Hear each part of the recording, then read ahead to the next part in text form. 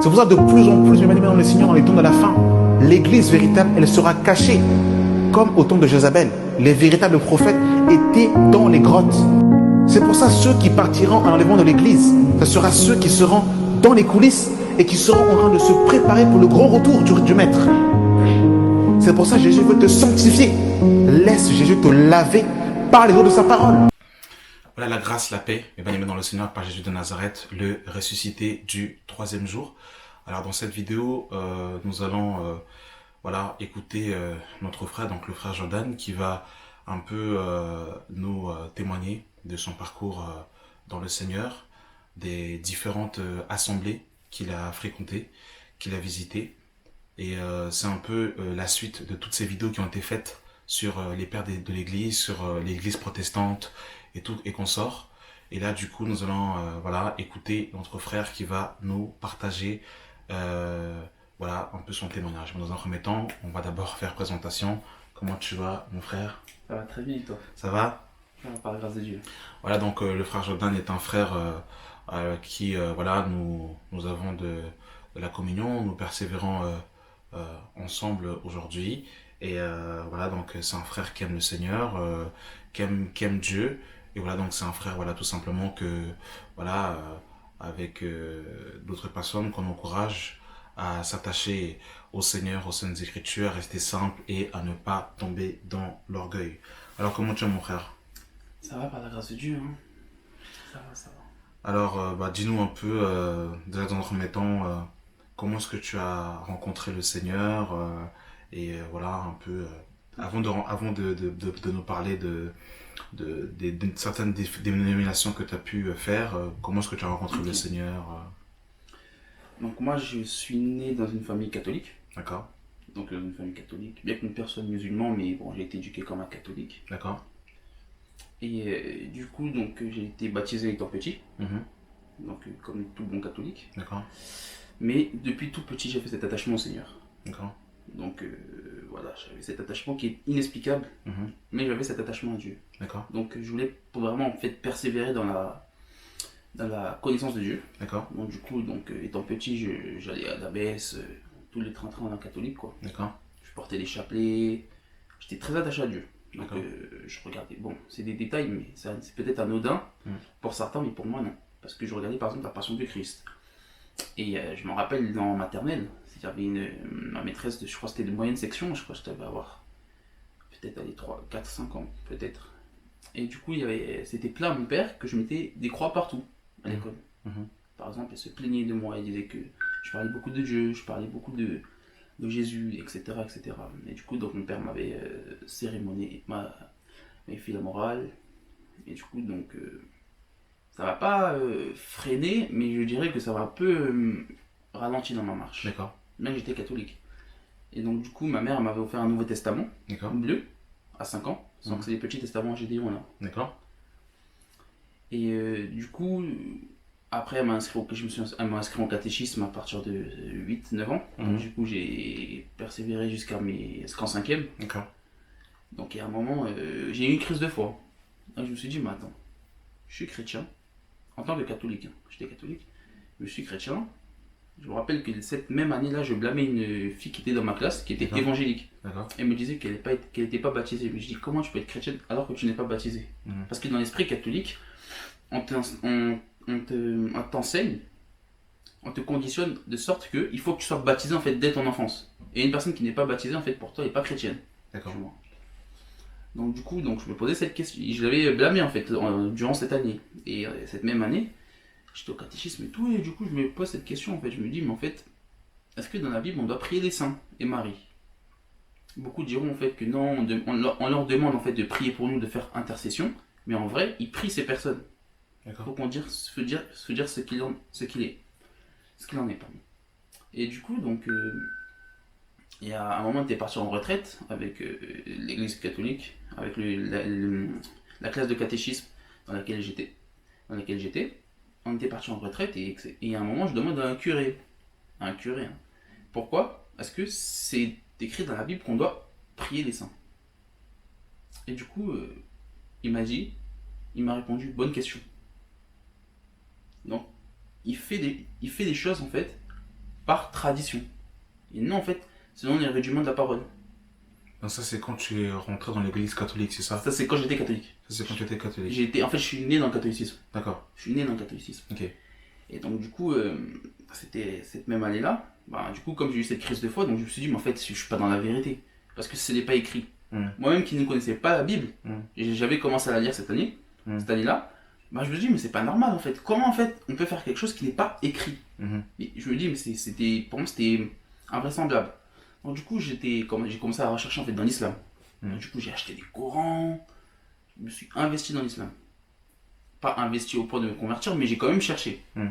J'ai lu le Coran et tout, donc je posais des questions à mon père. Ben, mon père n'était pas pratiquant, on va dire, mais il me répondait quand même, dans la moindre mesure où il connaissait sa religion.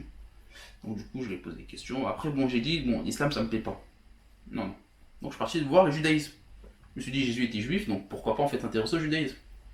Donc je me suis intéressé au judaïsme, j'ai acheté la Torah en hébreu, j'ai acheté une kippa, tout. J'étais déterminé. Mais j'ai dit non, dans ça là, il n'y a pas le Seigneur. Donc, cette même année-là, hein. Donc je me suis posé des questions, je me suis dit, ok, bon. Et après, il y a des témoins de Jéhovah qui ont sonné à ma porte. Donc c'est là où on vient en dénomination. On va dire que, j'ai en fait c'est cette année-là que j'ai rencontré le Seigneur parce que je me suis dit en fait qu'il n'y a pas la vie dans ça, donc je retourne dans le christianisme en fait. Et c'est là que je me suis dit en fait vraiment, je peux pas abandonner Jésus. Donc j'avais cette conviction en moi, tu vois, c'est comme si... En fait, c'est comme si, même si j'étais dans l'ignorance, mais c'est comme si j'ai toujours connu le Seigneur. Je sais pas si tu vois ce que je veux dire. J'étais fermement attaché à lui dès mon enfance. C'est pas quelque chose qui est anodin à mes yeux. Donc, j'ai toujours vécu avec la parole de Dieu en soi. Elle était toujours près de mon cœur en fait. Bien que je la lisais pas souvent, mais j'avais quand même cette pensée de Jésus, bien qu'elle était catholique. Bien que je dis pas que le catholicisme c'est la vérité. Hein. Faut comprendre mon langage, mais de sorte que un catholique, il peut en fait venir à la vérité parce qu'il a déjà cette pensée de Christ. Je sais pas, en lui. Il croit déjà en Jésus. Plutôt qu'une personne qui est athée ou d'une autre religion. Bref. Et du coup, les témoins de Jéhovah sont venus sonner à ma porte. Et du coup, il y a une femme qui est très gentille d'ailleurs, qui avait sonné à ma porte et qui m'a posé cette question. Qu'est-ce que vous pensez du monde? Donc j'ai dit, bah, moi je suis un jeune chrétien, j'étais catholique à l'époque, et je lisais la Bible. Donc elle m'a dit, ah oui, tu es jeune et tu lis la Bible. Donc elle m'a donné un tour de garde, etc. qui parlait en fait de Jésus. Donc j'ai dit, ok. Donc je l'ai conservé, je l'ai gardé de côté. Et il venait de temps en temps. Donc moi, entre-temps, frère, je dirais pas étant perdu, mais étant à la recherche de quelque chose, donc je me suis cherché en fait. Donc j'ai cherché encore des dénominations. C'est là en fait que j'ai fait l'investigation de chaque dénomination. Et là, du coup, à ce moment, tu es devenu témoin de Jéhovah? Pas rapidement. D'accord. On va dire que je m'étais premièrement en fait, à cette même année-là, l'année qui a suivi, je m'étais en fait créé un compte sur Twitter et j'ai vu en fait beaucoup de chrétiens sur Twitter qui enseignaient. J'étais pas encore témoin de Jéhovah, c'est-à-dire que je m'intéressais aux témoins de Jéhovah, mais je regardais un peu partout en fait. Parce que moi, j'étais pas quelqu'un de figé. Donc je regardais un peu partout pour savoir, pour comparer, etc. Et du coup, donc, j'ai vu les chrétiens de Twitter, la plupart c'était des évangéliques. D'accord. Donc du coup, j'ai fait, ah ouais, bon, je me suis intéressé à l'évangélisme. Je n'ai pas été dans une assemblée, mais je regardais des femmes pasteurs enseigner, tu vois, de telles abominations. Désolé, mais c'est une abomination, je l'ai dit. Hein. Et je voyais en fait de telles choses, mais que en fait, à l'époque, en fait, je trouvais ça normal en fait. Ça prend en y repensant, je me suis dit, ah ouais, quand je me suis intéressé, je regardais une assemblée, tu sais, à l'époque, il y avait des lives, des cultes en live. Du coup, je regardais en live. Après, bon, ça me plaisait pas trop. Puis les témoins de Jéhovah sont arrivés. La dame qui me suivait, en fait, en gros, chez les témoins de Jéhovah, ça s'appelle une visite. D'accord. Dans le jargon de l'organisation des témoins de Jéhovah, c'est une visite, on appelle ça. Et du coup, en fait, elle m'a proposé une étude biblique avec un jeune homme qui était de la même origine que moi. D'accord. Donc, tu vois un peu la chose. Donc, du coup, en fait, après, tu es rentré dans le... Tu es devenu témoin de Jéhovah ou tu les as fréquentés de loin ou... C'est-à-dire qu'en fait, ça s'est fait progressivement. D'accord. Donc, il faut savoir une chose, les témoins de Jéhovah, ils ont un livret qui s'appelle Qu'enseigne réellement la Bible. Bon. Et dans ce livret-là, en fait, il y a différents thèmes. Et juste le titre, en fait, du petit livret, c'est Qu'enseigne réellement la Bible. Donc, c'est-à-dire qu'en fait, c'est comme si c'est eux qui détenaient la vérité. Je me suis dit, ah ouais. Alors, du coup, j'ai commencé à étudier la Bible avec lui, j'étais déterminé. J'étais déterminé. On a étudié. Après, j'ai commencé à partir aux réunions, Mm. progressivement. Il faut savoir que mes parents n'étaient pas au courant. Mm. Donc j'ai fait ça dans leur dos. Mm. Tu vois. Parce que bon, ma famille, j'expliquerai par la suite, mais ma famille n'a pas mal réagi. Ils ont su que j'étais devenu témoin de Jéhovah. Mm. Mais j'ai fait ça dans le dos de ma mère. Donc tu es devenu après témoin de Jéhovah. Voilà, je suis devenu D'accord. témoin de Jéhovah. Et tu es resté combien de temps parmi les témoins de Jéhovah? Je suis resté 3 ans à peu près. D'accord, 3 ans, tu allais régulièrement à la salle du J'allais royaume. régulièrement à la salle du royaume, je prêchais toutes les semaines. J'allais Ah, donc tu allais évangéliser aussi avec les j'allais témoins. évangéliser. D'accord, ok. Et donc tu t'es habillé aussi comme témoin de Jéhovah. Comme témoin de Jéhovah. Costume, cravate. Costume, cravate, petite bible, ton de garde à la main, Tu réveillé. allais faire du porte-à-porte. Du avec les témoins de Jéhovah. porte-à-porte. C'est ce qui s'appelle le ministère du chant. Et du coup, qu'est-ce qui a fait que, en fait, au bout de ces 3 années, que tu quittes le milieu des témoins de Jéhovah? Moi, je dirais que Dieu parle d'une manière tantôt d'une autre. Donc, c'est-à-dire que Dieu s'est servi de ça en fait pour me former dans ma marche. Donc, en fait, Dieu peut se servir de n'importe quelle chose pour former quelqu'un. D'accord. Donc, je dirais que c'est selon son. Et du bon coup, vouloir. c'est quoi quelles sont les doctrines qui ont fait que tu t'es rendu compte de la supercherie des témoins de Jéhovah? Et juste avant que le frère puisse parler, on a fait pour ceux qui veulent voir un enseignement sur les témoins de Jéhovah. Donc vous pourrez aller voir un peu l'origine des témoins de Jéhovah, où on explique un peu comment ils ont commencé, qui est justement le fondateur des témoins de Jéhovah et quelles sont les différentes doctrines qu'ils enseignent. Voilà. Donc, quand j'étais témoin de Jéhovah, déjà, bon, j'y croyais fermement, mais je regardais quand même un peu ailleurs. En tant que. Parce que je me disais en fait que même si c'est la vérité, bon, il y a des trucs qui clochaient quand même. Parce que en fait, j'aimerais juste revenir en arrière. Quand je m'intéressais à l'évangélisme, je croyais que Jésus était Dieu. Mais c'était pas ancré en moi. Du coup, quand je suis devenu témoin de Jéhovah, j'ai dit non, il n'est pas Dieu, c'est un ange. L'archange Michael. Hein, L'archange Michael. Pour les témoins de Jéhovah. Voilà. Donc ils disent que Jésus a été créé. C'était créé. Le premier-né de toute la création. Et du coup, donc, je me suis dit, bon, allez, je regarde un peu ailleurs, etc. Et c'était. Il y a un moment, j'ai rencontré un frère, un Bobby. Et du coup, donc, c'était un ancien témoin de Jéhovah. Ah, lui, c'était témoin de Jéhovah. Il était témoin de Jéhovah. D'accord. Et du coup, donc, je voyais en fait. Là, je vais passer au second mouvement, mais à peu près, c'était l'évangile éternel. D'accord. Ok. D'accord. Du coup, je voyais le frère Bobby qui avait, tu sais, l'évangile éternel, ils avaient cette révélation. Ils ont cette révélation. Alors, est-ce que tu peux expliquer rapidement pour les auditeurs, pour qu'ils puissent comprendre, pour ceux qui ne connaissent pas l'évangile éternel, pour qu'ils puissent comprendre un peu Donc, du coup, l'évangile éternel, c'est selon l'Assemblée des Saints, qui est une église qui s'établit en fait dans chaque localité, mais qui est d'origine congolaise, hein, qui a pour tête un collège de pasteurs, mais celui-là le plus connu c'est le docteur Kalo Kabunda, qui est basé à Kinshasa. Et du coup, donc, ils ont en fait une vision des Écritures. Ils sont plutôt basés sur la révélation. Donc, ils ont plus la révélation. Ils font beaucoup d'enseignements sur Internet. Hein. Beaucoup d'enseignements sur Internet. Ils sont très disponibles en fait pour enseigner. Ils enseignent que Jésus est Dieu. Bon, après, je vais me passer sur les détails de leur doctrine. Mais c'est juste pour dire en fait que j'avais rencontré ce frère. Et du coup, en fait, ce frère m'a confondu. Parce que moi, j'allais dans l'espoir en fait de débattre avec lui pour lui dire non, mais frère, tu te trompes. Et il m'a confondu. Parce que il avait quand même la doctrine de Christ. Donc, je vais dire que c'est par ce frère que Dieu m'a permis en fait de connaître la vérité. Par rapport en fait au témoin de Jéhovah, que tu t'es rendu Voilà. compte qu'il y avait des choses qui n'allaient pas. Voilà. Lui Par rapport au témoin étant de Jéhovah. ex-témoin de Jéhovah. Exactement. D'accord. Par rapport au témoin de Jéhovah et par rapport en fait à la lumière sur les Écritures qu'il m'a apporté, donc la divinité de Christ. Je me rappelle, c'était un moment, c'était appelé pour la première fois. Il m'avait en fait démontré avec la Bible des témoins de Jéhovah, la traduction du monde nouveau, que Jésus était Dieu. Que bien en fait qu'ils ont, je dirais pas falsifié parce que ça en fait ça donnerait en fait de l'honneur aux arguments des musulmans. Je dirais plutôt qu'ils ont orienté certains passages pour que ça aille dans leur sens. Au lieu en fait de prendre la Bible telle qu'elle est et de démontrer en fait leur doctrine par l'esprit. Et du coup donc il m'a démontré par A plus B que Jésus était Dieu. J'étais choqué et je me suis dit non. Est-ce que tu as par exemple un verset par exemple qu'il a pu te donner rapidement, un verset peut-être, si ça te revient bien sûr, hein, qu'il a peut-être pu prendre pour t'éclairer. Je donne un exemple. Donc au début je lui ai montré Jean 1 verset 1.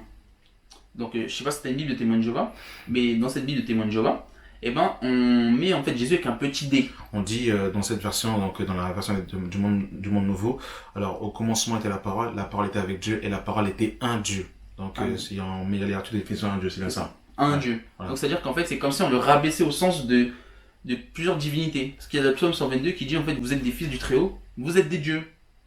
Donc en fait ils ont rabaissé le Christ à ça. Or, une fois, c'est juste une aparté, mais un témoin de Jéhovah me disait en fait que oui, mais dans les Grecs, les petits D, les majuscules n'existent pas. J'ai dit ok. Mais si dans les Grecs, les majuscules n'existent pas, alors pourquoi vous mettez une majuscule à Dieu dans tous les autres passages? C'est un peu d'hypocrisie. Bon, c'est juste pour cet aparté que je voulais faire. Donc les frères, j'avais donné ce passage-là, et le frère m'a dit ok. Donc c'est vrai qu'ici, ils ont quand même altéré le sens du texte. Il m'a donné Ésaïe 9, verset 5. Où ici, en fait, dans ce passage-là, vous pouvez vérifier en fait dans la traduction du Monde Nouveau des Témoins de Jéhovah, dans la version 95 ou celle de 2013, parce qu'il y a deux versions, qui est une qui a été révisée récemment. Et ben en fait, il faut savoir que dans ce passage-là, on s'adresse à Christ, et eux reconnaissent que c'est Christ, ce passage est destiné à Christ, plutôt. Et ben, il y a la majuscule en fait. Et qu'est-ce qu'on dit dans ce passage? Mais il dit que, si on peut le prendre, hein. Oui, bien sûr, on va reprendre pour le plus simple. C'est quasiment traduit pareil. Pareil. Voilà, chez les. Donc il est dit, car un enfant nous est né, un fils nous est donné, et la domination reposera sur son épaule. On l'appellera admirable, conseiller, Dieu puissant, Père éternel, prince de la paix. Amen. Et en fait, c'est par Dieu puissant en fait, qui va me démontrer en fait que Christ est Dieu. Juste par ce passage-là, pour me démontrer en fait que ils ont pu en fait altérer certains passages, mais Dieu les a voilés sur certains points qu'ils ont négligés. Même par rapport à Emmanuel, Ésaïe 7, verset 14. Après, dans Matthieu 1, on va donner en fait la signification qui est Dieu parmi nous, Dieu avec nous. Donc, par exemple, en fait, mes yeux se sont ouverts un peu en me disant que j'étais quand même égaré. Donc, du coup, j'ai arrêté complètement d'aller dans les cultes des témoins de Jéhovah. Et à ce moment-là, tu as commencé à fréquenter l'évangile éternel. J'ai fréquenté. Et tu restais là-bas combien de temps? Je dirais, c'était en saccadé, parce que j'étais encore un peu témoin de Jéhovah, mais j'allais en cachette en fait. J'allais en cachette parce que j'étais témoin de Jéhovah officiellement, mais j'allais plus aux réunions des témoins de Jéhovah. Donc j'allais qu'à l'évangile éternel. D'accord. Et du coup, donc, je suis resté à peu près 7 à 8 mois. Ah, chez l'évangile éternel. Chez l'évangile éternel. Et du coup, si aujourd'hui tu devrais, par exemple, t'adresser à une personne qui suit le mouvement de l'évangile éternel, rapidement, quels sont les points sur lesquels, en fait, pour toi, tu n'as pas voulu continuer parmi ceux-là? En quelques points, si tu pourrais citer certaines doctrines qui sont étrangères par rapport, en fait, à... Voilà. Donc, il y a des doctrines qui sont étrangères dans le sens où... Déjà, j'ai un point où Paul dira en fait que l'excès de connaissance n'édifie pas. La connaissance enfle, mais l'amour édifie. Exactement. Ça, c'est dans Romains 1 Corinthiens chapitre 8. Et ça rend orgueilleux. C'est ça que la Bible dit que Dieu résiste aux orgueilleux. Et quand en fait on voit en fait la parole en fait de certains enseignants de ce mouvement, on voit en fait qu'il y a un orgueil en fait. On voit qu'il y a un certain orgueil. Et dans cet orgueil là en fait c'est comme si en fait ils anéantissaient en fait l'évangile. Et je dirais en fait que dans cet orgueil ils se déclarent en fait être seuls à avoir la vérité. Donc si moi je monopolise en fait la vérité, c'est-à-dire que je détiens la vérité captive, en fait c'est-à-dire que je deviens une secte. Et c'est un peu, ça contredit la parole que Jésus dira, ce n'est ni à Jérusalem ni sous cette montagne qu'il faut adorer le Père, mais Dieu veut des adorateurs en esprit et en vérité. Et il dira aussi en fait que là où 2 ou 3 sont réunis en mon nom, c'est-à-dire en sa parole, je serai au milieu d'eux. Donc s'il y a une personne, par exemple, je dis une bêtise, mais qui est à Lyon ou qui est à Nice ou même Orléans, peu importe, mais qui enseigne la saine doctrine telle qu'elle est prêchée par l'Esprit du Seigneur, est-ce qu'on pourrait dire que celui-ci est un faux? Donc en fait, malheureusement, en fait, si on ne fréquente pas leur assemblée, il y a une disqualification, des autres personnes qui disent en fait qu'ils n'ont pas la vérité. Donc c'est comme les témoins de Jéhovah qui disent en fait que ceux qui ne sont pas dans le mouvement des témoins de Jéhovah, en fait, ils n'héritent pas du royaume terrestre. D'accord. Donc c'est un peu dans ce même esprit en fait. D'accord. Et du coup en fait il y a aussi le point en fait qu'il n'y a pas de doctrine qui est enseignée. C'est pas qu'il n'y a pas de doctrine, parce que je veux dire qu'il y a quand même la doctrine, mais en fait je vais dire qu'ils mettent plus l'accent sur la révélation. Ouais. Et le problème en fait c'est que ce que j'ai pu remarquer c'est que Paul quand il dit dans 1 Corinthiens 14 verset 6, il dit en fait si je vous parle pas par révélation, par doctrine ou par prophétie, mais on va voir que Paul ne prenait pas en fait une seule chose pour... C'est-à-dire que Paul ne va pas élever une seule chose au détriment des autres. Ouais. C'est comme en fait les dénominations, ils vont, comme on le disait, ils vont recevoir une lumière, ils vont négliger en fait le reste. Tu vois. Alors que la Bible en fait c'est pas une révélation partielle, mais c'est une révélation totale. Exactement. Donc si Dieu par exemple selon des ministères, Dieu peut donner la révélation plus que la doctrine. Je dis pas le contraire. Selon des ministères, c'est-à-dire que le ministère de docteur par exemple. Mais si le prophète est dans la révélation, si le pasteur est dans la révélation, si le docteur est dans la révélation, si l'évangéliste et l'apôtre sont dans la révélation, alors où est la doctrine? Où est la prophétie? Bien que je pense que, voilà, ils abordent ces différents thèmes, mais l'excès de révélation, c'est-à-dire qu'être trop dans les airs, des fois, ben, frère, des fois quand tu es trop dans les airs, tu fais des rencontres, hein, comme tu dis. Hein. Tu tombes après. Hein. Et des fois, en fait, ils sont pas à la simplicité de l'évangile. Pragmatique. Ils sont pas pragmatiques, frère. Il n'y a pas de terre à terre. Où je vais te donner des choses essentielles. Comment aimer ton prochain. C'est-à-dire, comment agir, comment se sanctifier. Bon, on se sanctifie pas de nous-mêmes, mais c'est Dieu qui nous sanctifie. Mais il y a une part de nous-mêmes aussi. Mais comment, en fait, marcher convenablement en Christ, tu vois? Juste des trucs basiques quand même. On peut être dans la révélation. Moi, je ne rejette pas la révélation. Je pense que c'est ton cas. Exactement, oui. Effectivement. On rejette pas la révélation. Mais... Dans la Bible dit, en fait, le peuple sans révélation et c'est un peuple sans frein. Exactement. Et sans frein. Donc, on rejette pas la révélation, mais je pense qu'il faut quand même avoir la doctrine, il faut avoir la prophétie, il faut avoir la connaissance. Donc, si toutes ces choses ne sont pas assemblées pour former un bloc, et ben, ça fait des catastrophes. Puis, donc, je suis resté 6 mois, etc. Et un jour, je tombe sur une image de Branham. Je fais, oh. On a fait ça un enseignement pour Sir Branham pour ceux qui veulent aller jeter un coup d'œil par rapport aux doctrines que Branham a prêchées. Mais il faut comprendre que notre but, hein, c'est une petite aparté, c'est pas de cracher sur des personnes dans des mouvements. Ce n'est pas en fait de critiquer les croyances ou autres. Mais on parle dans la parole. Si on ne dit rien, ben voilà, Dieu nous demandera en fait des dettes de sang, parce qu'il faut qu'on dise la vérité. Donc j'y vais et tout, tranquille. La première chose c'est pas que ça m'a frappé, mais j'étais déjà quand même, c'était pas dans une idolâtrie, hein, mais j'acceptais en fait, déjà. Parce que je considère en fait que l'image de Branham, avec la colonne de feu, hein, bah, c'était un miracle, tu vois. Donc j'acceptais en fait ceci. Tu peux expliquer rapidement en fait la colonne de feu? En fait, si vous voulez, en 1950, c'était le 25 janvier 1950, lors d'une prédication, lors d'un débat, à Houston je crois, lors d'un débat à Houston, Branham en fait va un moment... va en fait clôturer ce débat. Ce débat, je crois que c'était sur les miracles. Hein. Branham, il faut savoir que Branham, c'était un revivaliste. Donc c'était quelqu'un qui organisait des réunions sous les tentes et qui faisait des miracles, qui guérissait les malades, etc. Et à ce moment-là, en fait, Branham, en clôturant cette séance, bah, il va avoir une lumière, en fait, un halo qui va apparaître sur sa tête. Et il va être photographié, en fait. Et à ce qu'ils disent, la colonne de feu qui a été photographiée sur sa tête a été en fait minutieusement en fait étudiée, et ils ont déclaré en fait que c'était pas un montage et que c'était un objet spirituel ou un être spirituel qui a été photographié. Et du coup donc selon Branham, ceci est au département du FBI aux États-Unis, etc. Bon.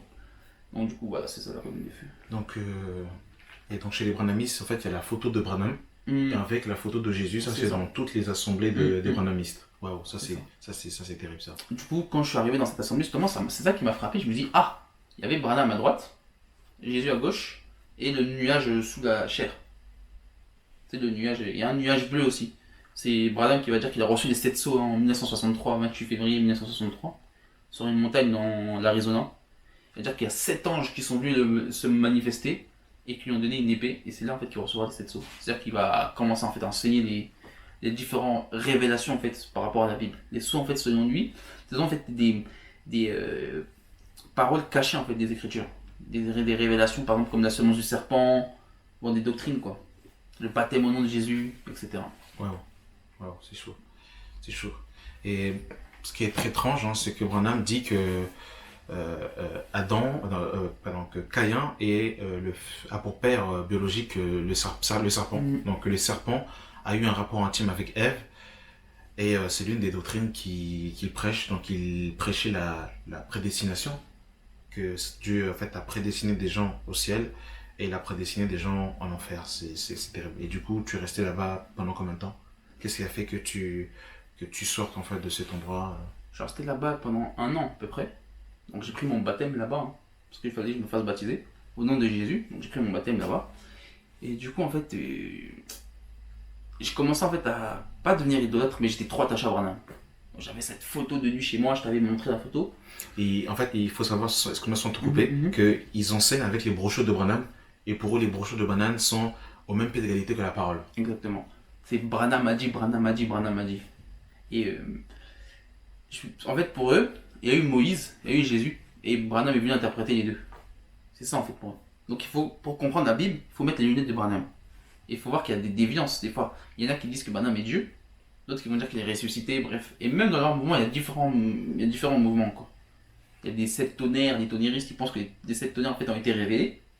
Alors que la Bible dit que les sept tonnerres ont été scellés. Ça, c'est dans l'Apocalypse 10. Apocalypse 10, ok. Apocalypse 10. Mm. Donc il y a différentes doctrines. Que même dans leur mouvement, ils sont scindés, tu vois. Il n'y a pas d'unité à la fois. Donc du coup, qu'est-ce qui m'a... Donc au début, j'étais tellement attaché à Branham, donc ma femme me disait, ouais, Branham, t'es trop attaché, tu commences à l'idolâtrer, limite, tu vois. Même elle m'a interpellé, ma belle-mère également, ainsi que d'autres personnes de ma famille. Donc du coup, je calculais pas, tu vois. Je me suis dit, bon, c'est la vérité, je vais pas me tromper. Branham, il faut savoir que j'avais cette pensée d'égaliste comme Branham. Tu vois, la femme, elle doit être comme ça, elle doit pas enseigner, elle doit être habillée de telle manière. Le seul truc que je n'étais pas d'accord avec Branham, c'était le voile. Pour lui, la femme ne peut pas se voiler. Je dis non. Sur ça, c'est bizarre. T'es un prophète de Dieu, mais tu considères que la femme ne peut pas se voiler. Donc moi, tu sais, j'avais cette pensée égaliste un peu que la femme doit être comme ça.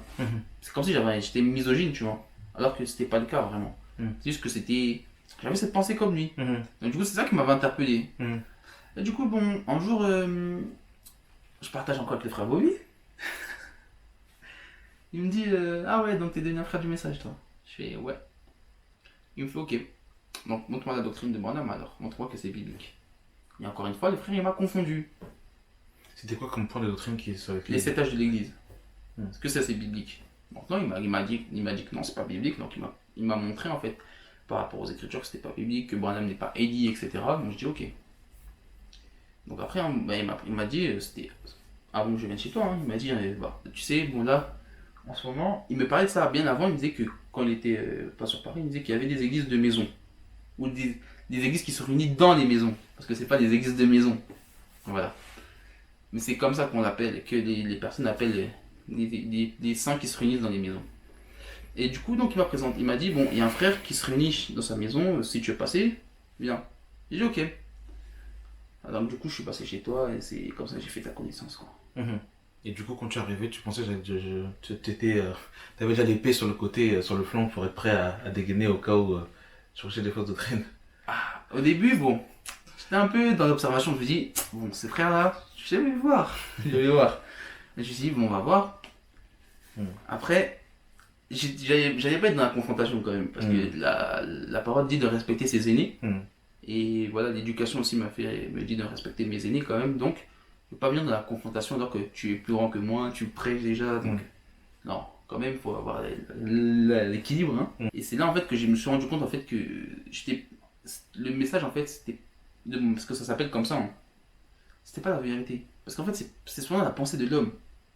Alors que quand je comparais par rapport à ce que tu disais, bah, c'était fondé sur les Écritures. T'avais pas une pensée tel a dit. Mon papa pasteur a dit ceci, mon père spirituel, non, mon père dans la foi m'a dit cela, tu vois. Non, c'est que les apôtres ont dit, les prophètes ont dit seulement, tu vois. Waouh. Donc là, du coup, en fait, c'est un peu ton parcours un peu dans le Seigneur. Donc vraiment que Dieu soit béni parce que je sais pas si vous avez déjà eu l'occasion de parler des témoins de Jéhovah, mais ils sont très perspicaces et ils sont très ils sont très formés. Hein. C'est-à-dire en fait quand même pour aller parler à un témoin de Jéhovah, si vous n'êtes pas assis dans les Écritures, vous pouvez quand même, ils peuvent quand même facilement vous transporter. Donc il faut quand même, c'est vraiment une grâce de sortir de là. Donc vraiment que Dieu soit béni, vraiment en tout cas, pour tout ça. Donc comme le frère l'a dit, donc le but de ce témoignage par rapport en fait à son parcours, où il est sorti, tout ça, c'est pas de dire en fait que nous sommes meilleurs que les autres, pas du tout. Le but, c'est pas de dire que moi j'ai la vérité, pas du tout. Le frère a fait ma rencontre, mais il a fait la rencontre aussi d'autres frères aussi. Le but, comme vous avez pu le voir en fait, et je vous invite aussi, pour ceux qui n'ont pas eu l'occasion de voir aussi, j'ai fait une playlist à ce sujet. Le titre de la playlist s'intitule en fait l'histoire de l'église, où justement en fait nous avons pu parler des pères de l'église et des différents mouvements qui se sont levés au cours de l'histoire de l'église, et vous allez voir un peu la plupart des fausses doctrines que nous avons et qui sont prêchées dans nos assemblées. Vous allez voir un peu leur origine et leur histoire. Et c'est important d'être, comment dire, en fait, véritablement conscient de cela. Parce que mes amis, c'est une question d'éternité, c'est une question de salut, c'est une question de vie ou de mort. Et on ne peut pas jouer avec le salut. Et vous savez, quand on prend les transports en commun, eh bien, on va d'abord quand même regarder là où le train va, pour savoir si le train ramène bien à la destination où je vais. Mais si vous prenez un train sans regarder sa destination, vous pouvez vous trouver dans une station qui n'est pas la vôtre. Encore si vous vous trompez de station, c'est pas un souci, vous pouvez reprendre un autre train et repartir à bon quai. Mais avec le Seigneur, si vous rentrez dans un train sans vérifier là où vous allez, malheureusement, il n'y a pas de possibilité de retour. Et si vous arrivez à destination et que vous vous retrouvez en enfer, malheureusement, ça sera trop tard pour vous, parce que la Bible dit qu'il est réservé à l'homme de mourir une seule fois, après quoi vient le jugement. Donc le but, c'est véritablement de dire aux personnes, eh bien, de lire votre Bible. Lisez la Bible, lisez les Écritures, lisez la parole de Dieu. Donc aujourd'hui, frère, bon, c'est vrai que tu as l'opportunité de te rassembler avec moi, du moins aujourd'hui. On ne sait pas comment est-ce que Dieu fera les choses demain. Qu'est-ce que tu pourrais dire aujourd'hui? Parce que il faut vraiment que les gens comprennent vraiment, en fait, c'est quoi. En fait, du coup, on a dit tout ça. Maintenant, que faire maintenant? En fait, qu'est-ce que tu dirais en fait pour conclure, pour terminer par rapport en fait à ce que tu as dit?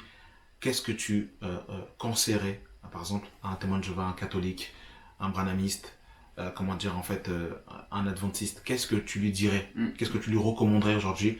Est-ce qu'il faut qu'il vienne prier chez nous? Est-ce qu'il faut qu'il écoute le frère Jesse? Qu'est-ce qu'il doit faire pour être sauvé? Qu'est-ce que je peux dire? Moi, en fait, j'étais dans cette pensée qu'il faut en fait qu'il y ait un mouvement, en fait. Il faut qu'il y ait un mouvement qui détient la vérité.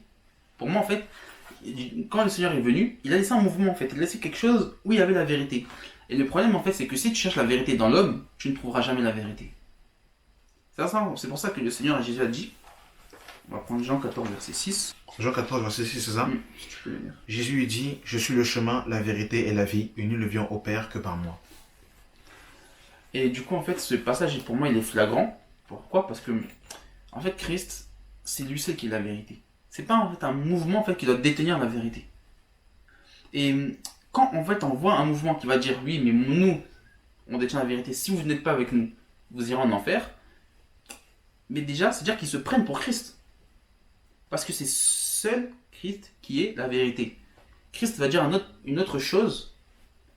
Jean 17, verset 7, si tu peux le prendre ensemble. C'était Jean 17, 17 peut-être? Ah, 17, oui, merci. Il est dit, sanctifie-les par ta vérité, ta parole est la vérité.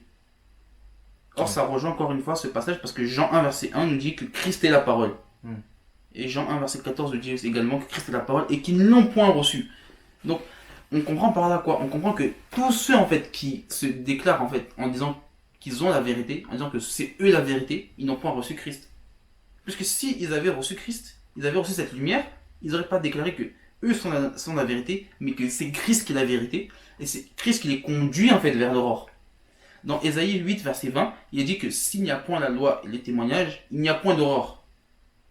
Donc on comprend par là que dans ces différents mouvements, on va voir qu'ils vont négliger en fait la loi, et d'autres vont négliger le témoignage, qui est Christ. Le témoignage c'est la grâce, la loi c'est Moïse. Donc on voit en fait qu'il y a des doctrines bizarres dans la doctrine du remplacement, etc. Par rapport aux témoins de Jéhovah, aux adventistes, etc. Mais on comprend par là en fait que ils n'ont point la vérité. Donc chez eux il n'y a point d'aurore. Et je voulais encore une fois prendre un autre passage.